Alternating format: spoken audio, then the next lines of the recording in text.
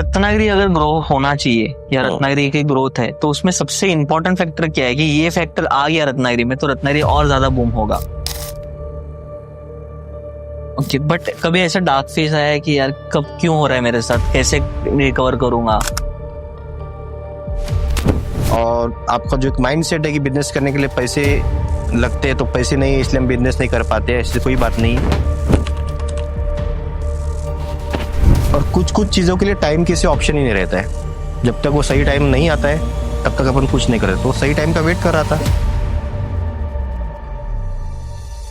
क्या रत्नागिरी और ग्रो करेगा? यहाँ पे इन्वेस्ट करना चाहिए बिकॉज इट्स लाइक ग्रोथ तो हो रही है एंड रत्नागिरी अब स्ट्रेटेजिक लोकेशन सबके लिए बनता जा रहा है। ये बिजनेसमैन अगर एक्स अमाउंट में परचेज कर रहा है तो इसका हाफ अमाउंट में मैं काम करके दूंगा। तो ये क्या बिजनेसमैन के लिए स्ट्रेटेजी हो सकती है या सुसाइड है ये? रत्नागिरी में ऐसा कौन सा बिजनेस लाना चाहिए जो लॉन्ग टर्म में चलेगा? आज आपके हिसाब से right time to buy a house एक यूथ के लिए, एक इंसान के लिए क्या होता है? लोग बोलते हैं इतना रत्नागिरी में डाल ही रहे हो, for example x amount of Ratnagiri में डाल रहे हो तो इससे थोड़ा ऊपर डाल के मुंबई में या पुणे में ले लो। Hello and welcome to this podcast Sagar sir. आपकी जर्नी मैंने काफी टाइम से देखी है, आपके साथ बहुत कुछ सीखने मिला है। तो आज ऑडियंस के लिए हम क्या करेंगे कि आपकी जर्नी प्लस आपने जो भी सीखा है, हमने जो भी सीखा है, ये ऑडियंस तक पहुंचाने वाले हैं। स्टार्ट हम ऐसे करते हैं कि आपका एजुकेशन क्या था, कहाँ से एजुकेशन लिया एंड आपने लंदन क्यों चूज किया, लंदन कैसे गए आप? ओके, एजुकेशन तो मेरा बेसिकली मेरा बॉर्न ठाणे से, मैं ठाणे से बिलोंग करता हूँ। और हमारा जो फैमिली था, हम एक प्रॉपर मिडिल क्लास फैमिली में मेरा जन्म हुआ है और हम चाल में रहते थे। मेरा 10th तक का एजुकेशन जब चल रहा था तब हम चाल में रहते थे। उसके बाद मेरा जो ग्रेजुएशन था वो थाना कॉलेज करके है मेरा ठाणे में, तो वहाँ से मेरा ग्रेजुएशन हुआ। और ग्रेजुएशन के बाद सपने अपने बड़े थे इसलिए कुछ करना था, इसलिए फिर एक दिन हमने सोचा कि बाहर जाने का सोचते, हम सब दोस्त लोगों ने सोचा, पर ग्रेजुएशन के बेस पे तो जा नहीं सकते। तो फिर हमने सोचा कि हम कुछ और एजुकेशन में जाते हैं थोड़ा, तो इसलिए फिर हमने उस वक्त मेरे को मैनेजमेंट, होटल मैनेजमेंट थोड़ा मुझे इंटरेस्ट था, तो फिर मैंने hotel management DY Patil Nehru से किया था, नवी मुंबई से। फिर वो होने के बाद इंटर्नशिप ली 6 महीने की। फिर कॉलेज टाइम पे हम अलग अलग शादियों में भी जाते थे काम करने के लिए, हमको उसके पैसे मिलते थे तो उससे हमारा पॉकेट मनी चलता था। तो बड़ी बड़ी शादियों में हम वेटर की तरह ग्लास और जूस लेके घूमते थे, तो एक्सपीरियंस अच्छा था वो। उसके बाद एक दिन फिर हम होटल मैनेजमेंट के बाद हम फिर सब दोस्त लोग ऐसे 2-3 जन, हमारा एक नाका हुआ था करता था। नॉर्मली तो आज के बच्चों का पता नहीं ये सब सिस्टम है कि नहीं, पर उस वक्त खत्म हो गए। बच्चे लोग एक जगह मिलते थे। तो हम 3 दोस्त एक दिन हम बस स्टॉप पे बैठे थे, और बस स्टॉप मुझे आज भी याद है, थाने में। तो उस वक्त हमारे एज का एक लड़का एक नई कार लेके आया। उस वक्त हमारे सामने हम तीनों बैठे थे, बातें कर रहे थे, और उसमें से एक दोस्त होटल मैनेजमेंट का था, एक दोस्त मेरा कॉलेज का था, तो हम तीनों बैठे थे। तो फिर हमने एक दूसरे को देखा, बोला ये तो हमारे एज का है, गाड़ी लेके आया। फिर वो मेरे दोस्त से मिलके बात करके चला गया। फिर मैं दोस्त को पूछा, अरे ये अपनी एज का और अभी नई चमचमाती गाड़ी लेके आया ये? तो बोलता है, उसने फिर मुझे बताया, अरे ये लंदन गया है फर्दर स्टडीज के लिए, वहाँ 3-4 साल था, उसका एजुकेशन कम्प्लीट हुआ, जॉब चालू हुआ, तो अभी वो खुद के दम पे उसने गाड़ी वगैरह ले ली। तो बस हमारे दिमाग में वही बैठा कि हमारे एज का लड़का ये एज में खुद के दम पे गाड़ी ले रहा है तो बहुत बड़ी बात है। फिर हमने फाइंड आउट किया ये कहाँ से गया, कैसे गया। फिर हमको पता चला कि ये एक एजेंसी है, वहां से चला गया। तो हम दूसरे दिन हम तीनों दोस्त वहां पहुंच गए। हाँ, दूसरे दिन तीनों दोस्त वहां पहुंच गए, तो एजेंसी ने हमको सब बताया क्या क्या प्रोसीजर है। पर फीस का जो आंकड़ा बताया वो काफी बड़ा था। बता सकते हो कितना था? उस वक्त फिर भी था वो 14 to 18 lakhs था 3 years का। तो वो आंकड़ा सुनने के बाद तो हमारा पूरा एकदम बजट हिल गया। फिर हमने फिर थोड़ी इन्फॉर्मेशन निकली तो पता चला कि वहाँ ऐसे ही नहीं जा सकते, आपको एक एग्जाम पास होना करना पड़ता है उसके लिए, IELTS करके। तो IELTS हमने सोचा फिर पहले एग्जाम तो पास करते, आगे का देख लेंगे। तो IELTS का हमने क्लासेस चालू कर दिए हम दोस्तों ने। और फिर IELTS का क्लास करते करते हमारी और भी थोड़ी दोस्तों से पहचान हुई। तो पता चला कि बहुत सारे है ऐसे एजेंट्स लोग जो फॉरेन में फर्दर स्टडीज के लिए भेजते हैं, तो उनके बजट अलग अलग होते हैं। तो फिर हमने अलग अलग तरीके से अलग अलग एजेंट के पास जाना चालू किया। और फिर पता चल गया कि एक एजेंट हमको लगा तो उनका थोड़ा बजट हमको सही लगा। तो फिर हमने घर पे पूछा हमारे, तो घर वालों का तो रिएक्शन ऐसा था कि वही मेन तो सब मिडिल क्लास घर में रहता है कि पैसे कैसे आएंगे। फिर हमने थोड़ा और इन्फॉर्मेशन निकाली तो पता चला एजुकेशन लोन मिलता है। तो एजुकेशन लोन का हमने इंक्वायरी किया SBI बैंक में। तो वहाँ से एजुकेशन लोन लेके फिर मैंने लंदन जाने का ठान लिया। पर ऐसे नहीं कि सोचा और हो गया। जब सोचा उसके बाद 1 साल बाद मेरा वीजा लग गया। इन बिटवीन बहुत वीजा में मेरा 2 बार वीजा भी रिजेक्शन हुआ था। फिर IELTS में भी 2 बार मुझे कम बैंड आए थे। फिर वो पूरी प्रोसेस में क्लियर करते करते 1 से 1.5 साल चला गया। तो 2005 में मैं लंदन चला गया। ओके, और वहाँ पे फिर एजुकेशन कर रहे थे या जॉब लगी थी आप? नहीं, वहाँ पे मैं एजुकेशन अपने स्टूडेंट वीजा पे ही गया था। तो वहाँ पे कैसा था कि होटल मैनेजमेंट हमने यहाँ किया हुआ था।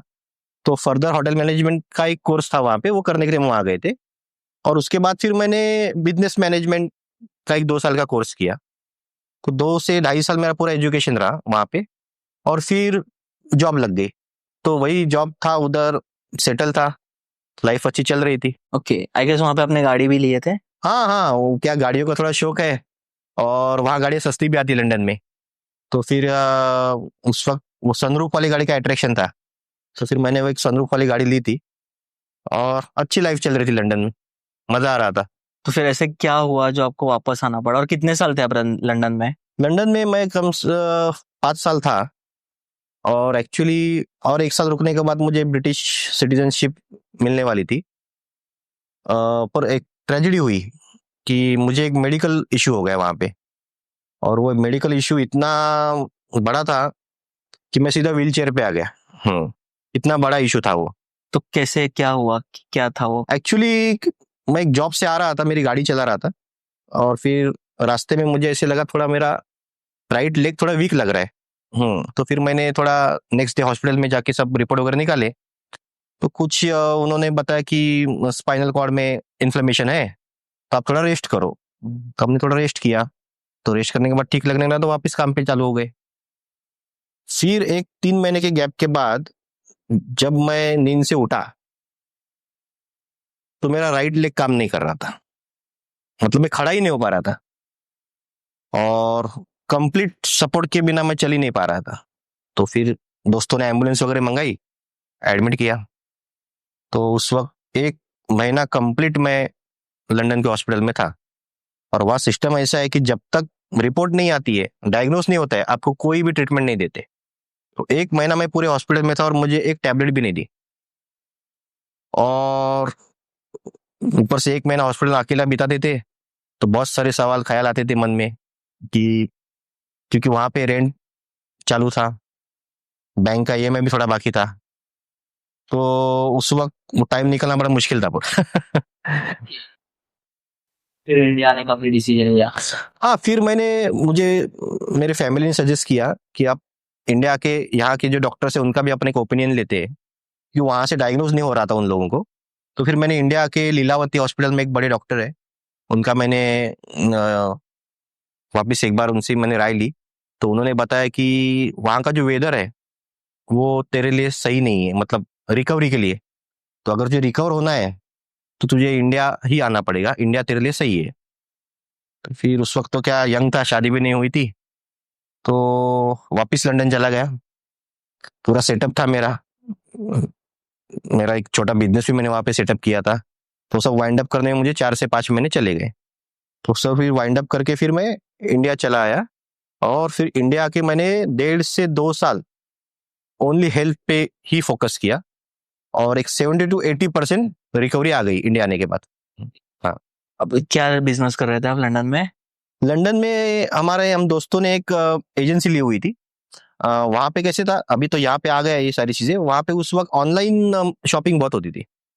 अच्छा, जब इंडिया में उतना ट्रेंड है, इंडिया में तब लोग नॉर्मली लोग शॉप में जाके ही परचेस करना पसंद करते थे, वहां पे नहीं था। वहां पे आपने सारी चीजें, 2019 के बाद शुरू हुआ कि हाँ, appliance यस ज्यादा यस करा? यस। तो फिर वहां पे हम एजेंसी ली थी, तो उस वक्त कुरियर बिजनेस बहुत अच्छा चलता था वहां पे। तो हमने एक एजेंसी ली थी और फिर हम डिलीवरी का काम करते थे, तो खुद की एक वैन वगैरह भी ली थी। तो हम सुबह जाते थे, डिलीवरी करते थे, शाम को आते थे। मंडे टू फ्राइडे हमारा यही काम रहता था। और फिर थोड़ा काम बढ़ गया, तो फिर मैं थोड़े एम्प्लॉयज रख के फिर मैं होटल में जॉब भी करता था। ओके, मीन्स आप लंदन से रत्नागिरी नहीं, लंदन से थाने आए थे? हाँ, रिकवरी के लिए मुझे थाना आना ही पड़ा। तो 1.5 से 2 साल मेरे घर पे ही था मैं। तो काफी बैड पैच था उस वक्त, मेंटली भी खुद को संभालना बहुत कठिन था। पर एक ही था कि अपने को ठीक होना है। और फिर वही दिमाग में रख के हम अलग अलग जगह जाते थे, बड़े बड़े डॉक्टरों से मिलते थे। तो सब जगह हमने घूम के एक 1.5 से 2 साल गया सारी चीजों में। पर एक 80% रिकवरी आ गई उसके बाद हमको। कि तो वो जो 2 साल थे हम्म उसमें आपको मेंटली भी आप ये हो रहेंगे, फाइनेंशियली भी आपको थोड़ा इशू आए थे या कैसा था? काफी इशू आए थे, क्योंकि सारी सेविंग्स खत्म हुई थी। जो भी सेविंग मैंने की थी 4 साल में, वो सारी खत्म हुई थी। ओके। और फिर उस वक्त फैमिली का सपोर्ट अच्छा रहा। पर वही था कि मन में ऐसे नेगेटिव ख्याल तो बहुत आते थे, पर ऑप्शंस नहीं था, क्योंकि जो हमने अचीव किया था उससे नीचे तो अपन सेटल होने का मेरा कोई मेंटलिटी था ही नहीं उस वक्त। तो फिर हमने सोचा कि वापस से शुरुआत करेंगे। क्या हुआ, बहुत सारे लोग हैं, आगे जाते हैं, प्रॉब्लम्स आते हैं, बस रुकने का नहीं। फिर हमने नई शुरुआत की। और फिर मुझे उस वक्त क्या था कि बिजनेस ही करना था, क्योंकि जॉब का तो एक्सपीरियंस था ही। तो बिजनेस नया करना था, क्योंकि मेरा बैकग्राउंड तो होटल मैनेजमेंट का था। राइट। और होटल इंडस्ट्री का कैसे है कि उस वक्त थाने में, बॉम्बे में होटल इंडस्ट्री तो के लिए कुछ काम करना है, तो उस वक्त इन्वेस्टमेंट बहुत बड़ी लगती थी। ओके। और दूसरी बात, होटल चलाना अलग चीज है और होटल में काम करना अलग चीज है। तो होटल चलाने का मुझे कोई एक्सपीरियंस था नहीं। ओके। तो फिर मैंने सोचा कि अपन कुछ ऐसा काम करते जो अपन कम टाइम में सीख सकते और अपन कर सकते। तो फिर मेरे कुछ दोस्त थे कॉलेज के, वो रियल एस्टेट में काम करते थे। ओके। तो उनके साथ थोड़ा मीटिंग वगैरह हुआ। फिर ऐसे लगा कि अपन रियल एस्टेट से शुरुआत करते, पर थाना तो रियल एस्टेट में ऑलरेडी बहुत आगे चला गया था। तो मैंने सोचा फिर अपन कई ऐसे जगह जाते हैं जो अंडर डेवलप है और आने वाले 15-20 साल में वो डेवलप होने वाली है। तो फिर हमने एक सर्वे चालू किया। ओके। तो हमने सोचा कि सर्वे के लिए हमने कोकण डिवीजन चुना। तो फिर हमने सर्वे चालू किया, जिसमें हमने दापोली कवर किया, देवगढ़ कवर किया, रत्नागिरी, कनकौली सब कवर किया। और फिर एक हमने सोचा कि रत्नागिरी शुरुआत करने के लिए सही है उसके लिए। ओके। तो उस हिसाब से आपने रत्नागिरी में आपको कोई पहले बैकग्राउंड वगैरह कुछ? नहीं नहीं नहीं, मेरा पहचान तो का रत्नागिरी में मेरा कोई रिश्तेदार या दोस्त कोई रहता नहीं था। अच्छा। हाँ, पर हमने सोचा था हम लंदन में अगर जाके वहां 5 साल में अपना सेटअप कर सकते थे, तो ये तो इंडिया ही है, अपना ही है। एग्जैक्टली। तो फिर हमने वो उतना कुछ हमारे मन में उस वक्त आया नहीं है सारी चीज के लिए। कि तो फिर आपने यहाँ पे आके यशराज की स्थापना की? हाँ, शुरुआत मैंने कंस्ट्रक्शन बिजनेस से ही की। ओके। मतलब 6 महीने का हमने पहले सर्वे किया, एक अच्छी, सबसे पहले तो अच्छी टीम तैयार की। ओके। जिसमें आर्किटेक्ट, इंजीनियर और सबसे इम्पोर्टेंट था फाइनेंसर। ओके। तो फाइनेंस का टास्क निकालना बहुत बड़ा था। तो उस वक्त फाइनेंस खड़ा करने के लिए फिर हमने बहुत सारे लोगों से, उस वक्त या अपना सेटअप नहीं था तो बैंक तो हमको लोन नहीं दे रही थी, या नहीं अपने पास कोई बड़ी प्रॉपर्टी थी जिसको मॉर्गेज रख के अपन लोन खड़ा कर सकते, वैसे भी नहीं था। फिर हमने एक प्राइवेट फाइनेंसर से बात की कि हमको ऐसा ऐसा एक प्रोजेक्ट करना है, तो फाइनेंस की जरूरत है। तो उन्होंने हमको हेल्प की। फिर वहां से फिर वो कंस्ट्रक्शन बिजनेस का हमारा चालू हुआ। ओके। और आपके हिसाब से आपकी बड़ी स्ट्रेटेजी क्या थी जो आपने पहला प्रोजेक्ट स्टार्ट किया उसमें, या किस तरीके से आपने वर्क इन किया उसके अंदर? स्ट्रेटेजी बोले तो हमारे लिए एक चैलेंजिंग यही था कि जो हमने लैंड चूज की थी वो थोड़ी रिमोट लोकेशन पे थी। मतलब वो थोड़ी सिटी से दूर थी, तो रेलवे स्टेशन से कनेक्टेड थी। तो उस वक्त हमने सोचा कि मुंबई के बहुत सारे लोग जो कोकण से बिलोंग करते हैं, वो इस प्रॉपर्टी को इंटरेस्ट दिखाएंगे, ऐसे उस वक्त हमको लगा। और उस वक्त फिर हमने पूरी मार्केटिंग मुंबई में ही करते थे उस वक्त हम। ओके। तो वहां से हमको अच्छा रिस्पॉन्स आया और लोगों ने हम पे ट्रस्ट भी किया, कि हमारा फर्स्ट प्रोजेक्ट ही था। तो प्रोजेक्ट हमने 2 साल में कंप्लीट कर दिया। ओके, एंड फिर आपने सेकंड बिजनेस में कब स्टेप इन किया? सेकंड बिजनेस फिर मुझे थोड़ा कार्स का शौक था, तो फिर मैंने थोड़ा रत्नागिरी के सर्वे किया कि यहाँ कार क्लीनिंग या डिटेलिंग का कोई शॉप्स नहीं है यहाँ पे, जो भी है वो लोकल लेवल पे काम हो रहा था, कोई प्रोफेशनल काम नहीं हो रहा था। तो यहाँ की जो गाड़ियां है, महंगी गाड़ियां है या नॉर्मल गाड़ियां भी है, वो ये सब काम करने के लिए मुंबई जाती थी, कोल्हापुर जाती थी। तो फिर हमने सोचा कि वो एक बिजनेस हम यहाँ चालू करते, जो अभी तक कोई कर नहीं रहा था। तो वहां भी हम थोड़ा सर्वे किया, इजी नहीं था वो भी सेटअप करना, क्योंकि वो लोगों को समझाने में हमको 6 महीने चले गए कि डिटेलिंग क्या होता है और पॉलिश क्या होता है, ओके, क्योंकि हमारे रेट्स भी वो डिटेलिंग के हिसाब से थोड़े हाई थे। लोगों को तो रत्नागिरी या ये कोकन के लोगों को तो वो रेट्स में की आदत नहीं थी उन लोगों को। राइट, तो फिर हमने उनको एक्सप्लेन करना पड़ता था हर बार, मार्केटिंग बहुत करनी पड़ी, इजी नहीं था लोगों को पहुंचने के लिए। तो हम लोग पेट्रोल पंप पे डेमो देते थे, फिर कभी रेंटेड ग्राउंड लेते थे, या सोसाइटी के में बिल्डर से बात करके वहां डेमो देते थे।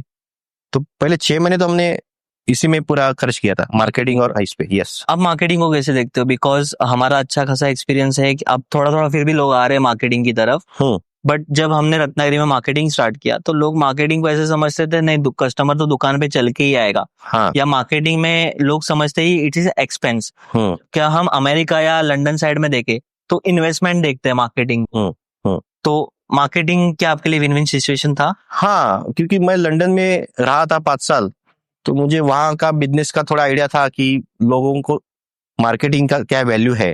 राइट, यहाँ पे अभी इंडिया में मार्केटिंग धीरे धीरे अब आ रहा है, पर बड़े सिटीज में आ रहा है, लाइक बैंगलोर, मुंबई, पुणे, कोकन में और स्पेशली रत्नागिरी में मार्केटिंग की अभी भी लोग इतनी वैल्यू नहीं कर रहे। पर हम ऐसा सोचते थे, मेरा काम करने का तरीका ऐसा था कि हम जो भी बजट रखते थे उसका 10% प्रॉफिट का हम अलग से मार्केटिंग के लिए रखते थे। तो हमने वही कंस्ट्रक्शन के लिए भी हमने वही किया था, और ये डिटेलिंग के लिए भी हमने वही किया था। ओके, बट आपका जो कार्स को लेके शौक था, बट डिटेलिंग ही क्यों? डिटेलिंग में क्योंकि वो काम यहाँ कोई कर नहीं रहा था, और बिजनेस एज अ बिजनेसमैन मुझे ऐसे लगता है कि हमें वो काम करना चाहिए या वो चीज पे थोड़ा गौर करना चाहिए कि जो काम यहाँ कोई कर नहीं रहा है। ओके, नॉर्मली क्या होता है कि बहुत सारे लोग दूसरा क्या कर रहा है वो देख के अपना काम चालू कर देते, राइट, खुद को क्या पसंद है, खुद को क्या चाहिए, इसके बारे में सोचते नहीं है। तो कार मेरा पैशन था, और जहाँ पैशन है वही काम करने में मजा आता है, तो फिर हमने फिर वो काम चालू किया। आज से जो 10-12 साल पहले आपने यशराज या रियल एस्टेट में आपने स्टेप इन किया, तो तब के मार्केट प्राइसेस रत्नागिरी के लैंड्स में या प्रॉपर्टीज में के प्राइसेस में क्या डिफरेंस है, और क्या ये बिजनेस अभी बूम हो रहा है? हाँ, मैंने जब अभी 2013 में मैंने कंस्ट्रक्शन बिजनेस चालू किया था, उस वक्त की लैंड कॉस्ट और आज की रत्नागिरी की लैंड कॉस्ट में वास्ट डिफरेंस है। ओके, उसका रीजन यही है, डेवलपमेंट। 12 साल पहले जब रत्नागिरी में आया तब मैं एक नॉर्मल सिंगल स्क्रीन थिएटर में मूवी देखता था, कोई बड़ा डीमार्ट या बिग बाजार यहाँ पे नहीं था, फिर रेगुलर शॉप्स ही होते थे। मतलब मैं जो हाईली एजुकेटेड और हाईली डेवलप कंट्री से वापिस एक 20-25 साल पीछे से मैंने लाइफ चालू की थी। ओके, पर हमको यकीन था कि एक ना दिन ये चीजें धीरे धीरे आएंगी यहाँ पे, और आज 12-15 साल बाद देख रहा हूँ तो यहाँ पे सब कुछ, ऑलमोस्ट सब कुछ आया हुआ है। और दूसरी रत्नागिरी की खास बात क्या है, रत्नागिरी की कनेक्टिविटी बहुत अच्छी है, जो हमने सर्वे में देखा कि बड़ी सिटीज डेवलप कैसे होती है, कनेक्टिविटी की वजह से। तो रत्नागिरी में देखो आप, ट्रेन कनेक्टिविटी है, आप बाय रोड भी आ सकते हैं, इन फ्यूचर शायद आप बाय फ्लाइट भी आ सकते हैं, राइट, और आप चाहे तो जहाज से भी आ सकते हैं इन फ्यूचर। अभी फिलहाल तो आप बाय रोड और बाय ट्रेन आ ही सकते हो। राइट, कनेक्टिविटी को मैंने देखते हुए डेवलपमेंट पहले और अभी बहुत फर्क है। ओके, बट आज के टाइम पे अगर जब रेट्स देखे तो बहुत हाई जा रहे हैं रियल एस्टेट्स के इसमें। किसी किसी लोकेशंस पे तो अब पॉसिबल ही नहीं है कि परचेज कर सके। हाँ, तो उसको कैसे देखते हो आप? नहीं, रेंट्स या प्राइस इसलिए हाई जाती है क्योंकि वहां की लैंड कम होती जाती है। लाइक कोई समझो प्राइम लोकेशन है, वहां पे अभी लैंड बची ही नहीं है, तो वो एरिया में आपको रेंट्स हाई मिलेंगे। पर आप थोड़े प्राइम लोकेशन से 5, 10, 15 किलोमीटर आप अगर बाहर जाते हो तो आपको वहाँ रेट्स कम मिलेंगे, कम दिखेंगे और प्राइस भी कम दिखेगी आप। ओके, बट जो भी फ्लैट के रेट्स है जस्टिफाई हो रहे हैं आज के टाइम पे रत्नागिरी में? फ्लैट्स के रेट जो है मैं तो अभी सोचता हूँ कि बहुत कम चल रहे हैं। एक्चुअली फ्लैट्स के रेट और होने चाहिए क्योंकि कंस्ट्रक्शन कॉस्ट इतनी बढ़ गई है कि आप उतने प्राइस में लोगों को अच्छी क्वालिटी अगर देनी है आपको तो आपको रेट्स हाई करके ही काम करना पड़ेगा। बट आज के टाइम पे अगर देखो तो हर जगह कंस्ट्रक्शन ही चालू है रत्नागिरी में। ऐसा कोई इलाका या कोई कॉलोनी नहीं बची जहाँ पे कंस्ट्रक्शन ना हो रहा हो। हाँ, एंड उस बीच में कुछ ऐसे भी प्रोजेक्ट्स है जो अनफिनिश्ड है। तो रियल एस्टेट में अनफिनिश्ड प्रोजेक्ट्स रहने का क्या रीजन है? अनफिनिश का मेजर तो यही रीजन होता है कि कोई वहां पे लिटिगेशन का प्रॉब्लम हो या कोई फैमिली में कोई डिस्प्यूट हो या कोई लीगल प्रॉब्लम हो तो ही ज्यादातर प्रोजेक्ट अनफिनिश रहते हैं। अदरवाइज तो अनफिनिश प्रोजेक्ट का कोई मेजर रीजन नहीं रहता है उसमें। अच्छा, क्योंकि कोई भी जो बिल्डर रहता है वो तो कोशिश करेगा कि मेरा प्रोजेक्ट जल्द से जल्द खत्म हो और मैं मेरा प्रॉफिट कमाऊं। ओके, और समझो कोई अगर रियल एस्टेट बिजनेस में आना चाह रहा है बिल्डिंग्स वगैरह में, तो उनके लिए क्या डूज है एंड क्या डोंट्स है कि ये चीज नहीं करना चाहिए और ये चीज करना चाहिए? वैसे देखा जाए तो रियल एस्टेट में कोई भी आ सकता है, इसका कोई पैरामीटर नहीं है कि आप कोई एजुकेशन पर्टिकुलर चाहिए। बस यही है कि आपको देखना है, सर्वे करना पड़ेगा आजकल कैसे कि आज का यूथ का कैसे हुआ है कि दूसरा कर रहा है इसलिए अपन करते हैं। उसके पास बड़ी गाड़ी है तो अपन भी लेते, उसके पास बड़ा घर है तो अपन अपने को भी चाहिए, पर वो उसने कैसे कमाया, उसका बैकग्राउंड क्या था, उसने शुरुआत कहाँ से की, उसके ऊपर कोई फोकस नहीं करता है। तो सेम रियल एस्टेट का भी ऐसा ही है, आप पहले सर्वे करो, घूमो, लैंड्स का अवेलेबल है, फाइनेंस कैसे खड़ा कर सकते हैं, ये सारी चीजों का आप सर्वे करोगे तो कोई भी रियल एस्टेट में आ सकता है, कोई बड़ी बात नहीं है। ओके, और जब हम रत्नागिरी में कुछ परचेस करने जा रहे हैं तो कहीं ना कहीं लोग बोलते हैं इतना रत्नागिरी में डाल ही रहे हो, for example x amount of Ratnagiri में डाल रहे हो तो इससे थोड़ा ऊपर डाल के मुंबई में या पुणे में ले लो, या इतना ही इन्वेस्ट करना है तो थोड़ा मुंबई पुणे में थाने में ये साइड में इन्वेस्ट करो। तो इस पे आपकी क्या राय है कि सच में वहां पे इन्वेस्ट करके प्रॉफिटेबल है या रत्नागिरी और ग्रो करेगा, यहाँ पे इन्वेस्ट करना चाहिए? नहीं, अभी कैसे है कि मुंबई और जो पुणे बड़ी सिटीज है वहां पे ऑलरेडी लैंड कॉस्ट इतनी महंगी हुई है कि अगर आप लोन लेके इन्वेस्ट कर रहे हो तो मेरी नजर में वो इन्वेस्टमेंट नहीं है। ओके, क्योंकि लोन आपका कम से कम 15 से 20 साल चलता है और बैंक का कैसे रहता है कि शुरुआत के 15 साल से 12 साल वो लोग ओनली इंटरेस्ट ही लेते हैं अपने से, एक्चुअल अपना ईएमआई तो 12 से 13 साल बाद चालू हो जाता है। तो जब हम लोन क्लोज करने को जाते हैं आफ्टर 10 ईयर्स तो अमाउंट तो वैसे की वैसी ही रहती है। तो इसलिए एज ए रियल एस्टेट में मैं ऐसे सोचता हूँ कि लोन लेके अगर आप कोई प्रॉपर्टी ले रहे हो तो फिर वो इन्वेस्टमेंट नहीं है मेरी नजर में। ओके, और समझो अगर किसी के पास हार्ड कैश पड़ा है हाँ, तो प्रीफर रत्नागिरी होना चाहिए, मुंबई पुणे होना चाहिए? कैश तो अभी देखो जब से ये नोटबंदी हुई है, जीएसटी आया हुआ है, कैश से ट्रांजैक्शन बहुत कम हुए हैं। ओके, बहुत सारे लोग इवन बिल्डर ऑल्सो और कस्टमर ऑल्सो प्रेफर करते हैं कि पूरा ट्रांजैक्शन ये व्हाइट में हो। वाइट में हो? हाँ, तो अगर इन्वेस्ट करना ही है तो फिर मैं ऐसे प्रेफर करूंगा, ऐसा राय दूंगा कि वो ओपन लैंड्स में करे या प्लॉट्स में करे। ओके, फ्लैट्स में आप फ्लैट्स का एक ग्रो का एक लिमिट है, ओके, वो ऐसे 4 साल 5 साल बाद भी नहीं बढ़ता है, पर लैंड ऐसी चीज है कि जिसको आप कम टाइम में उसका ग्रो हो सकता है। ये बहुत बड़ी चीज है क्योंकि आप रियल एस्टेट ओनर रह के आप फ्लैट्स की जगह इन्वेस्टमेंट कहाँ करना है हाँ, ये बता रहे हो, तो बिकॉज ये आपका माइंडसेट है कि फ्लैट्स बताना। किसको लेना चाहिए? जो खुद के घर में नहीं रह रहा है, राइट, जो खुद के घर में नहीं रह रहा है और रेंट के घर पे रह रहा है, तो उन लोगों को फ्लैट्स लेना चाहिए कि खुद का घर एक अपना होना ही चाहिए। तो पर कुछ लोग ऐसे हैं जो उनको ऐसे लगता है मैं फ्लैट ले लूंगा और उससे मैं रेंट से कमाऊंगा, तो आप कंपैरिजन करोगे तो आपको 2 या 3% से ज्यादा रिटर्न आता नहीं है। ओके, तो आपकी जो एक्चुअल कॉस्ट है वही कवर होने में 10 से 15 साल चले जाते हैं। तो अगर आपको रियल एस्टेट में इन्वेस्ट करना है तो आपके लिए land is the best option. Land is the best option. Okay, और अभी एक चीज मैंने अच्छा खासा नोटिस किया है कि हम जब भी एड्स चला रहे हैं रियल एस्टेट्स के लिए तो मुंबई से अच्छा खासा ऑडियंस यहाँ पे इंक्वायरी बहुत कर रहा है आज के टाइम पे। तो क्या मुंबई के लोगों को प्रेफर हो रहा है रत्नागिरी? मुंबई का कैसे, वो लोगों का कैसे, बहुत सारे मुंबई के लोग ऐसे हैं जो यहाँ से वहां गए काम के सिलसिले में। राइट। तो उनको ऐसे लगता है कि हमारे गांव में अपना एक घर होना चाहिए, तो एज अ सेकंड होम वो लोग काफी परचेस करते हैं। मतलब हमारे सारे प्रोजेक्ट्स में अगर देखा जाए तो 60% मुंबई कर ही परचेस कर रहे हैं, क्योंकि वो सोचते हैं कि हमारे गांव में अपना एक सेकंड होम होना चाहिए। और वो एक्चुअली बहुत अच्छा थॉट है कि आप उसी वजह से अपने गांव से भी जुड़े रहते हो और अपने आने वाले पीढ़ी को भी ये सारी चीजें दिखा सकते हो अपने गांव की। तो इसके लिए अपने खुद का घर रहेगा, तो सेकंड होम के लिए मुंबई वाले प्रेफर करते हैं। ओके। एंड आपका भी जो दूसरा भी प्रोजेक्ट चल रहा है, पहला भी जो प्रोजेक्ट है, तो थोड़ा आउट ऑफ सिटी है, और अभी जो सेकंड प्रोजेक्ट है उसको मैंने पर्सनली देखा हूँ कि वैली व्यू है, थोड़ा शांत एरिया है, तो ये क्यों प्रीफर करते हो आप? क्या स्ट्रेटेजी है इसके पीछे? नहीं, ऐसा कुछ नहीं है। देखो कैसे रहता है कि शहरों में एक तो लैंड बची नहीं है, और जो बची है उसकी कॉस्टिंग बहुत हाई है, उसके सामने बिल्डर को उतना रेट मिलता नहीं है। तो सबसे वही इंपॉर्टेंट है, अगर लैंड कॉस्ट हमें सस्ती मिलती है तो वहां पे एक अच्छा प्रोजेक्ट कर सकते हैं, एक अफोर्डेबल प्रोजेक्ट जिसमें एक मिडिल क्लास आदमी भी अपना खुद का घर ले सकता है। तो इसके लिए हम प्रेफर करते हैं, और लोगों को थोड़ा ऐसे भी फील आए कि हम शहर में नहीं रह रहे, तो हम ऐसा प्रेफर करते हैं कि थोड़ा सिटी से दूर हो। तो लोग ज्यादा पसंद करते हैं।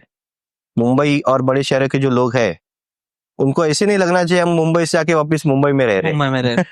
इसलिए हम प्रेफर करते थोड़ा नेचर के करीब हो।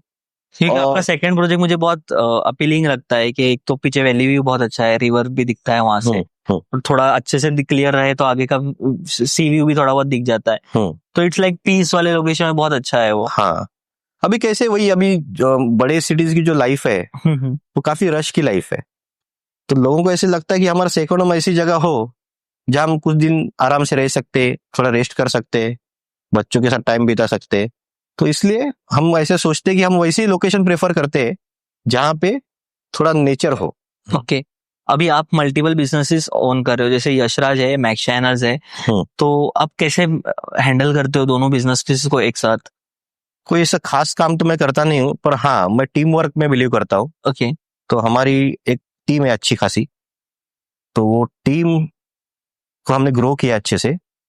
तो टीम के जरिए हम मल्टीपल बिजनेस में ही क्या कोई भी कर सकता है। बस आपको एक अच्छी टीम चाहिए उसके लिए। ओके। अभी जैसे मैक्सशाइनर्स मैंने देखा, और अभी आपके कंपटीशन में भी इस फील्ड में बहुत लोग आ चुके हैं, बट क्वालिटी में मैंने पर्सनली देखा आपकी क्वालिटी बहुत बेहतर है। बट यहाँ पे एक सर माइंडसेट बहुत ज्यादा है, हमने बहुत बार डिस्कस भी किया है कि 1000 की चीज है तो 500 में मांगने की कोशिश करेगा ही करेगा, सीधा आधा डिस्काउंट मांगेगा। तो डिस्काउंट कल्चर या जो चीप क्वालिटी में लेके आना प्रोडक्ट, ये माइंडसेट, इसको कैसे आप डिफाइन करते हो, क्या है? कुछ लोग हैं ऐसे जो कम पैसे में प्रोडक्ट ऑफर करते हैं, तो ऑब्वियसली कम पैसे में तो आप अच्छी क्वालिटी दे ही नहीं सकते, ये तो मेरा मानना है। राइट। तो 10% लोग ही रहेंगे जो बार्गेनिंग और डिस्काउंट की बातें करते, वरना तो बहुत सारे लोगों को पता है कि अगर आपको अच्छी क्वालिटी चाहिए तो उसके अच्छे पैसे आपको देने ही पड़ेंगे। अगर आपको पैसे कम चाहिए तो फिर आपको काम भी वैसे मिलेगा। और हर फील्ड में, स्पेशली सर्विस इंडस्ट्री में भी, कि बहुत सारे बिजनेसमैन आते हैं कि 50%, 60%, 70% ऑफ में काम कर रहे हैं, या चीप कंपटीशन क्रिएट करने की कोशिश करते हैं कि ये बिजनेसमैन अगर एक्स अमाउंट में परचेस कर रहा है तो इसका हाफ अमाउंट में मैं काम करके दूंगा। तो ये क्या बिजनेसमैन के लिए स्ट्रेटेजी हो सकती है या सुसाइड है ये? नहीं, ये स्ट्रेटेजी तो नहीं, बिल्कुल ही नहीं बोल सकते इसको। और दूसरे का धंधा कम करने के लिए अपनी प्राइस कम करने का, ये तो सुसाइड के लेवल का ही है। हमें अपनी प्रोडक्ट के ऊपर भरोसा होना चाहिए। राइट। लोग आते हैं, पैसे खर्च करते हैं। हाँ, कुछ लोग रहते हैं जो हमेशा डिस्काउंट की बात करते रहते हैं, पर वो तो आपको हर जगह मिलेंगे, हर बिजनेस में मिलेंगे। पर आपका कस्टमर एज अ बिजनेसमैन आपको अपने प्रोडक्ट पे स्टिक रहना है, अपने क्वालिटी पे स्टिक रहना है। हाँ ठीक है, आप एक रेगुलर 5-10% के डिस्काउंट की बात कर सकते हो, पर 40%, 50% जो लोग बिजनेस काम कर रहे हैं वो actually no profit no loss पे काम कर रहे हैं। वो क्यों ऐसा कर रहे हैं वो उन्हीं को पता। ओके। एंड कहीं ना कहीं अभी हमारी भी मैं बात करूँ टेक्सटाइल की, तो हमें 3-3.5 साल प्लस हो गए, 4 साल हो जाएंगे थोड़ा टाइम में। एंड हमारे जर्नी में हमने काफी बिजनेसेस को ओपन होते देखा है। जो सर्विसेज हम 30,000, 40,000 में दे रहे, 50,000 में दे रहे, वो सर्विस को 5,000, 10,000, 15,000, मैक्स 15,000 के ऊपर कोई चार्ज नहीं करता, और फिर वो 2 साल में, 1.5 साल में, 5 महीने में बंद हो जाता है। तो इट्स लाइक के सुसाइड ही कर रहे हो। अगर आपसे चार्ज किए होते, अच्छी स्किल लेके आते तो हाँ, ये कैसे कि ये लोग लॉन्ग टर्म नहीं रहेंगे मार्केट में। थोड़ा टाइम जो भी लोग कम पैसे में काम करते हैं ना, वो एज अ टाइम बिंग काम कर सकते हैं। राइट। 2 साल, 3 साल, 4 साल, पर आपको बड़ा काम करना है और आप एक बड़ा विजन देखते हो, तो बस अपने प्रोडक्ट पे भरोसा करो, खुद पे भरोसा करो, क्वालिटी में कोई कॉम्प्रोमाइज करो मत। लोग आएंगे और आपको जो पैसे आप मांगोगे वो आपको दे देंगे। ओके। एंड ऑटोमेशन आपने कैसे सेट किया? यशराज में भी या मैक्स में भी ऑटोमेशन पे है हाँ। कि आप कभी नहीं भी गए तो वहां पे काम तो प्रॉपर होने ही वाला है। बराबर। ये ऑटोमेशन सेट करना कितना इंपॉर्टेंट है और कैसे सेट किया जाता है? बिकॉज क्योंकि क्या होता है कि बहुत लोगों को करना भी होता है, बट जैसे ही वो एम्प्लॉयज के हाथ में दे देते बिजनेस या स्टाफ के हाथ में दे देते, उनका बिजनेस फटाक से नीचे आ जाता है। तो उसमें क्या कैसे सही से सेट? अभी कैसे, उसके लिए आपको थोड़ी टेक्नोलॉजी का आपको हेल्प लेना पड़ेगा। राइट। बहुत सारे लोग क्या करते हैं कि टेक्नोलॉजी पे स्पेंड नहीं करते हैं और इसके वजह से फिर थोड़े लोग कहीं पे रह जाते उसके लिए। तो अगर आपको अच्छी टीम खड़ी करनी है तो सबसे पहले तो आपको डिसिप्लिन में रहना पड़ेगा। और ये सारी चीजें का नॉलेज तो मुझे पहले से तो था नहीं। राइट। तो लोगों को ऐसे लगता है कि अभी हमने बिजनेस सेट किया तो अभी सब कुछ हो गया, नया कुछ एजुकेशन के बारे में कुछ सोचते नहीं है। एग्जैक्टली। पर मेरा वैसे नहीं, मैं आज के डेट में भी रोज कोशिश करता हूँ कि कुछ ना कुछ किताब के सीखना। 5 से 10 पन्ने में पढूं राइट। और कोई अच्छा सेमिनार है जो बिजनेस से रिलेटेड है, वो अटेंड कर। हाँ वो मैं अटेंड करता हूँ। कभी कभी 2-2 3-3 दिन भी, दिल्ली में हो मुंबई में हो, मैं चला जाता हूँ, वहां से कुछ सीखने को मिलता है तो सीख के वापस आ जाता हूँ। लास्ट पॉडकास्ट में मैंने भी यही डिस्कस किया था कि हम लोग जैसे ही गले पे बैठ जाते हैं हम सोचते हैं कि मेरे से बड़ा होशियार कोई है नहीं। एग्जैक्टली। और सीखना तो बंद ही हो जाता है बिकॉज सेल्फ अपग्रेड रहेगा तो ये एंटरप्रेन्योर आगे जाके प्रॉपर ये रहेगा। अभी फॉर एग्जांपल सर को डिजिटल मार्केटिंग की नॉलेज है या बाकी सर्विसेज की नॉलेज है या कंस्ट्रक्शन की आज के टाइम पे नॉलेज है, तो कल कोई आर्किटेक्चर आके सर को ये नहीं बोल सकता कि इसका ये कॉस्ट जाएगा, ये ऐसे हो नहीं सकता। आपको नॉलेज है, मैं आके कल को आपको नहीं बोल सकता कि ये अमाउंट में मैं आपको ये डिलीवर नहीं कर सकता या ये लीड्स में प्रोवाइड नहीं कर सकता। बराबर। आप मेरा गला पकड़ सकते हो। तो बराबर, नॉलेज होना बहुत ज्यादा जरूरी और एजुकेट होना बहुत जरूरी है।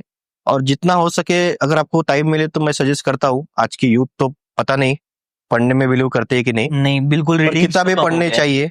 मेरे ऑफिस में भी किताबें है, घर में भी किताबें है और मैं कोशिश करता हूँ रोज आधा घंटा बुक्स पढूं। इस पे भी मेरे क्वेश्चंस है, मैं आगे आऊंगा उसके ऊपर। बट अभी आपका जो हेल्थ इशू था वो 100% सॉल्व हुआ है या कैसे है? अभी 80% तो रिकवरी आ गई, जिससे मैं एटलीस्ट सेल्फ इंडिपेंडेंट हो गया, खुद के काम खुद कर सकता हूँ मैं अभी। और बाकी थोड़ा जो पेंडिंग है उसके लिए हम कोशिश कर रहे हैं। उस वक्त भी ऐसा इजी नहीं था रिकवरी होना, बहुत सारे डॉक्टर्स लोगों ने तो हाथ ऊपर किए थे कि नहीं आपका तो मुश्किल है, आपको लाइफ टाइम वॉकर पे चलना पड़ेगा। ऐसे स्टेटमेंट्स भी आए हुए हैं बड़े बड़े डॉक्टरों से कि आप आगे की जिंदगी के लिए आपको वॉकर लेके ही चलना पड़ेगा।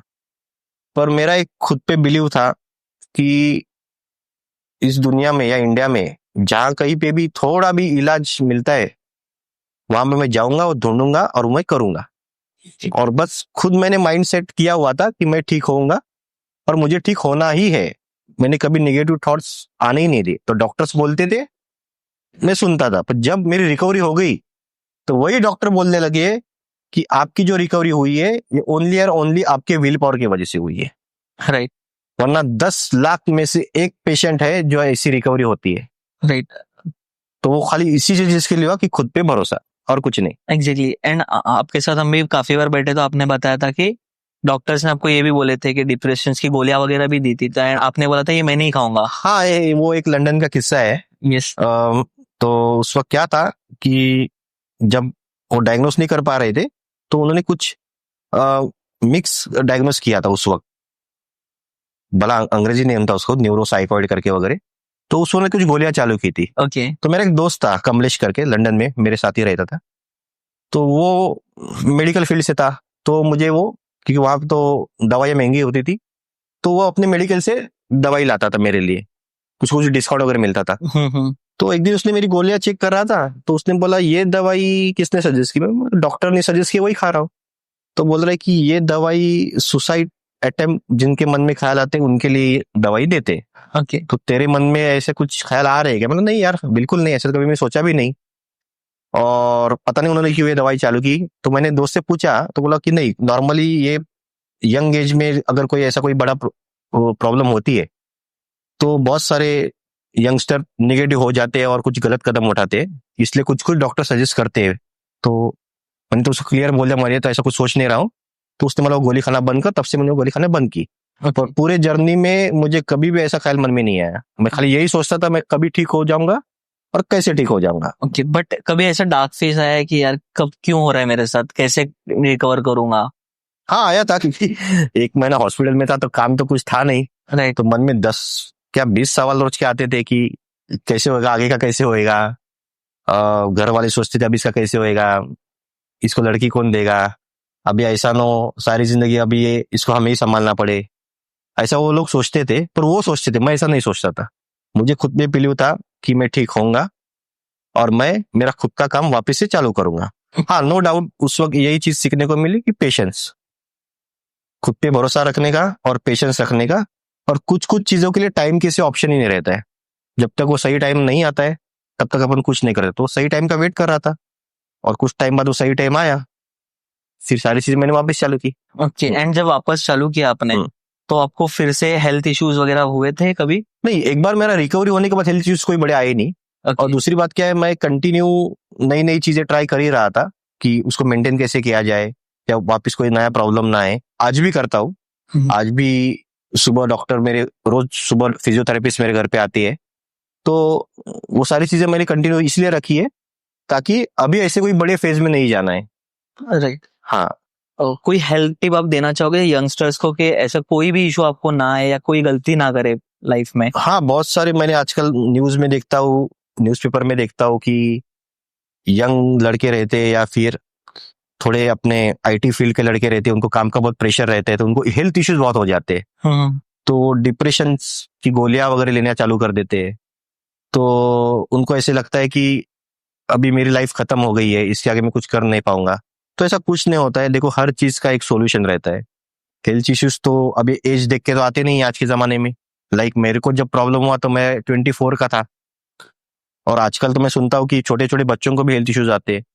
तो मेंटली स्ट्रांग रहने के लिए बस यही है कि आप खुद पे बिलीव करो और अगर कोई हेल्थ इश्यूज आते भी है तो सही एक्सपर्टिस के पास जाओ, सही डॉक्टर के पास जाओ और कुछ दिन के लिए ब्रेक ले लो। राइट, एंड राइट टाइम पे डॉक्टर को विजिट करना। हाँ बहुत सारे लोग क्या करते हैं कि मुझे कुछ नहीं हो रहा है, मैं ठीक हूँ, ये सोचते हैं। राइट। पर कभी कभी मुझे ऐसे लगता है कि आपको साल 2 साल में एक बार अपना एक पूरा बॉडी चेकअप, हेल्थ चेकअप करना चाहिए और उसमें अपने को काफी सारी चीजें क्लियर भी हो जाती है।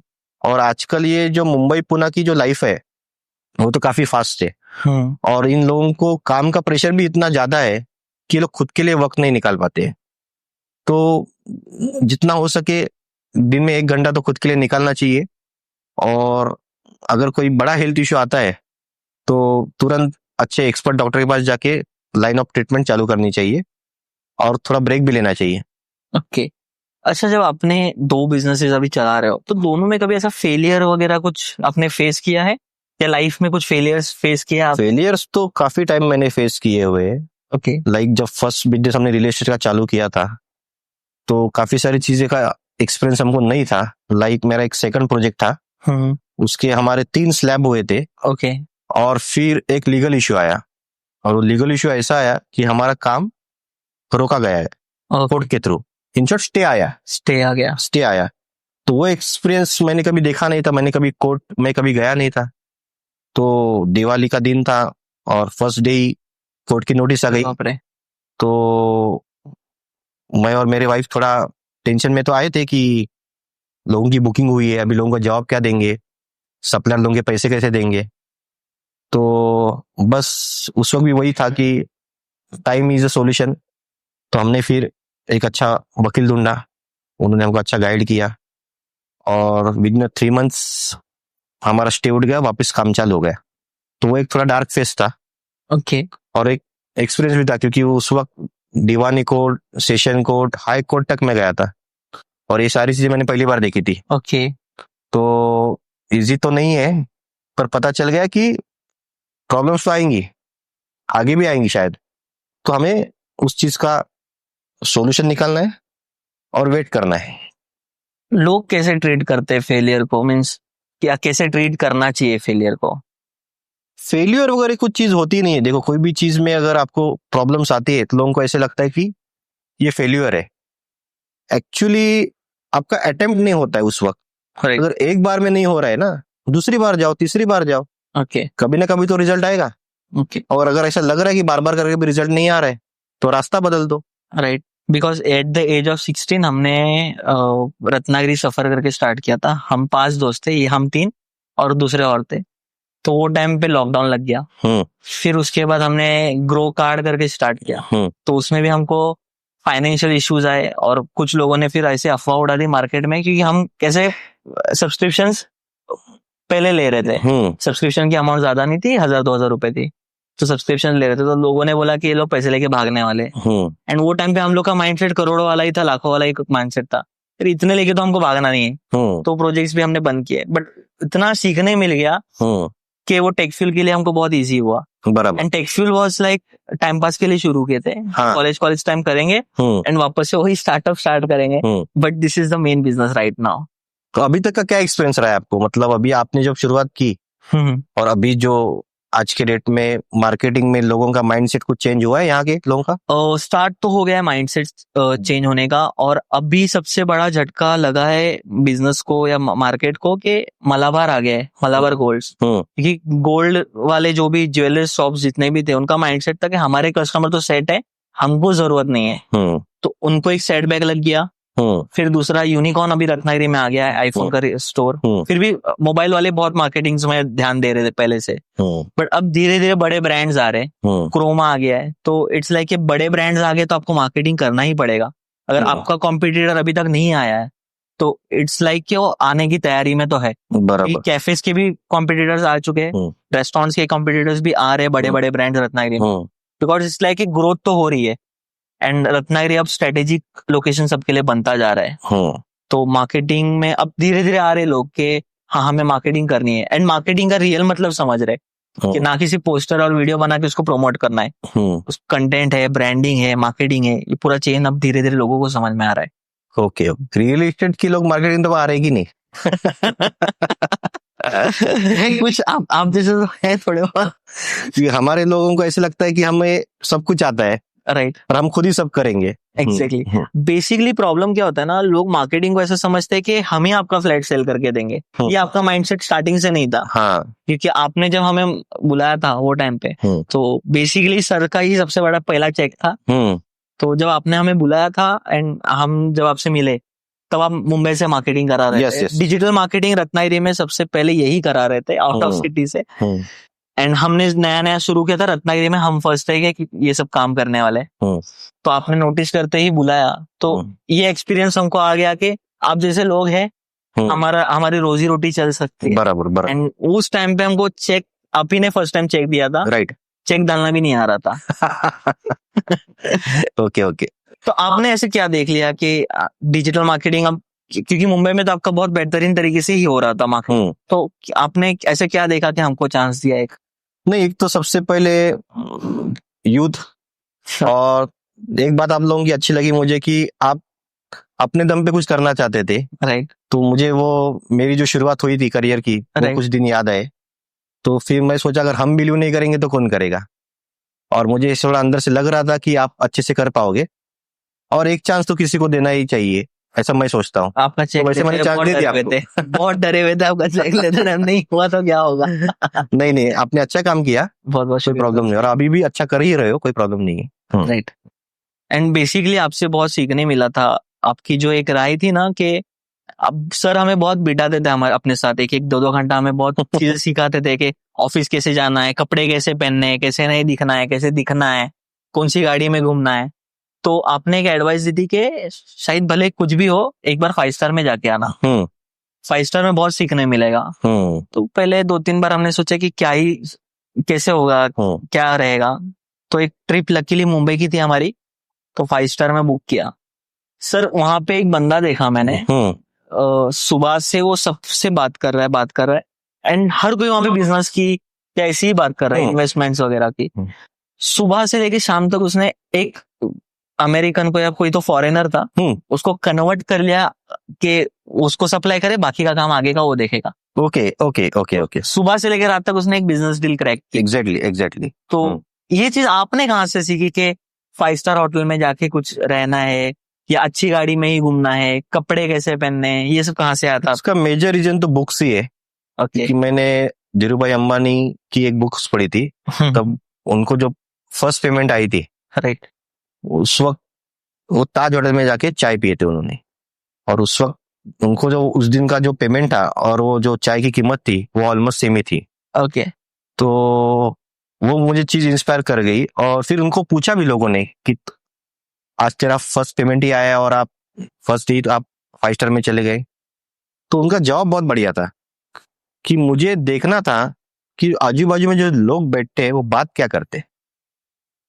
तो 5 स्टार बात नहीं है, वहां जो लोग जाते हैं उनका माइंडसेट कैसा है, वो दुनिया को किस तरीके से देखते हैं, राइट।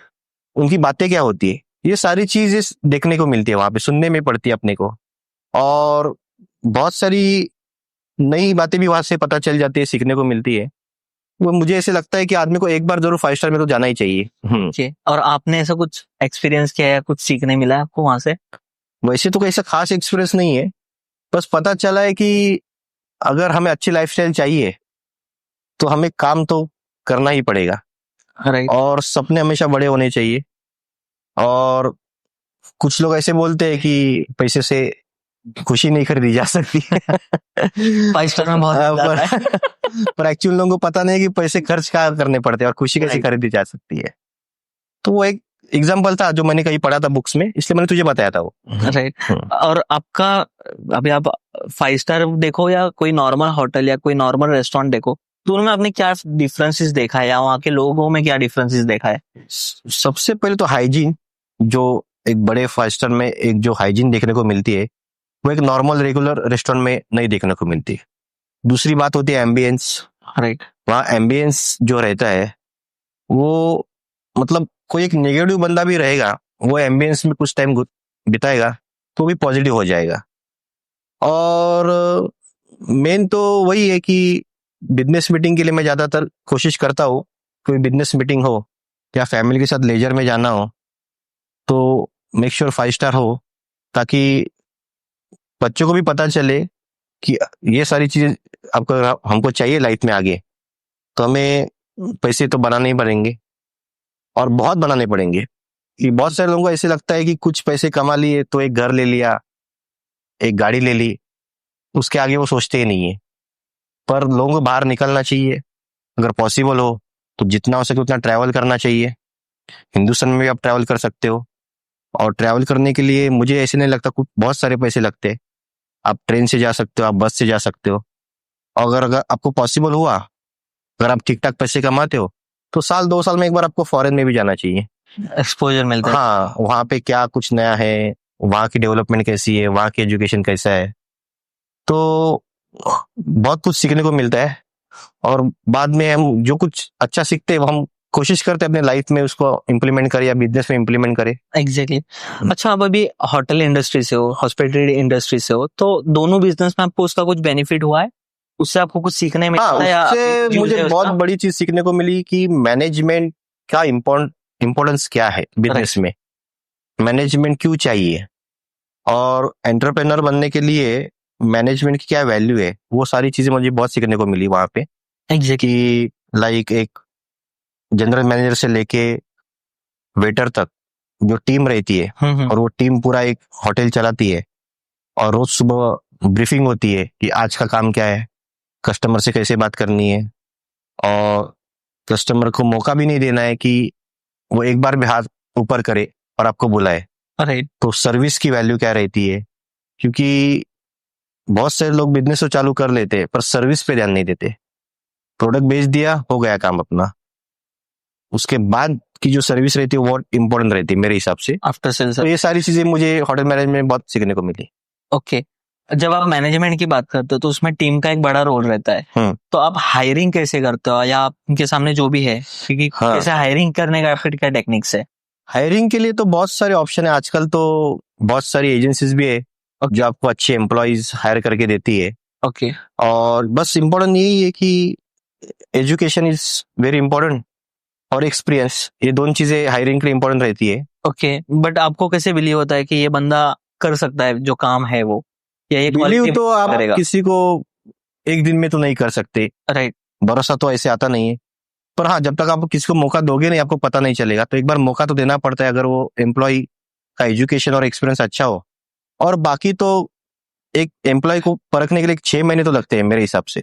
ओके अच्छा, अब जब भी मैं किसी भी ओनर्स के साथ बैठता हूँ तो यहाँ पे एक बात बहुत कॉमन होती है कि वर्क एथिक, जो भी स्टाफ है, एम्प्लॉयज है, तो उनका वर्क एथिक के लेके बात बहुत ज्यादा होती है कि अपने यहाँ पे वर्क एथिक प्रॉपर नहीं है। तो उस पे आपका क्या रिव्यू रहेगा कि वर्क एथिक कैसे होने चाहिए, या बिजनेस ओनर्स को भी कुछ अलग नजरिए से स्टाफ को देखना पड़ेगा?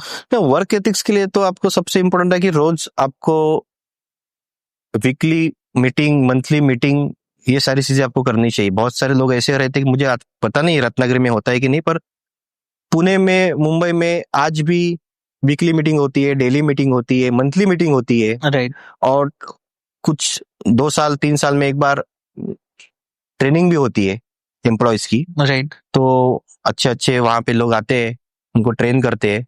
तो ये सारी चीजें आप फॉलो करते हो तो आपके वर्कर्स में वो चीजें दिखने को मिलती है आपको। ओके और जो भी समझो जॉब करना चाहता है तो उसके लिए रत्नागिरी बेस्ट ऑप्शन है या मुंबई जाना चाहिए? और ग्रोथ कैसे आएगी किसी भी एक एम्प्लॉय को? नहीं, जॉब के लिए अगर कोई मुंबई जाना चाहता है तो मैं नहीं सोचता कि ऐसा है कि रत्नागिरी में काम नहीं है। रत्नागिरी में भी बहुत काम है। बस कैसे होता है कि यहाँ पे कुछ चीज के लिए टाइम देना पड़ता है। मुंबई में ऑलरेडी डेवलप है, इसलिए वो इजीली अवेलेबल हो जाती है।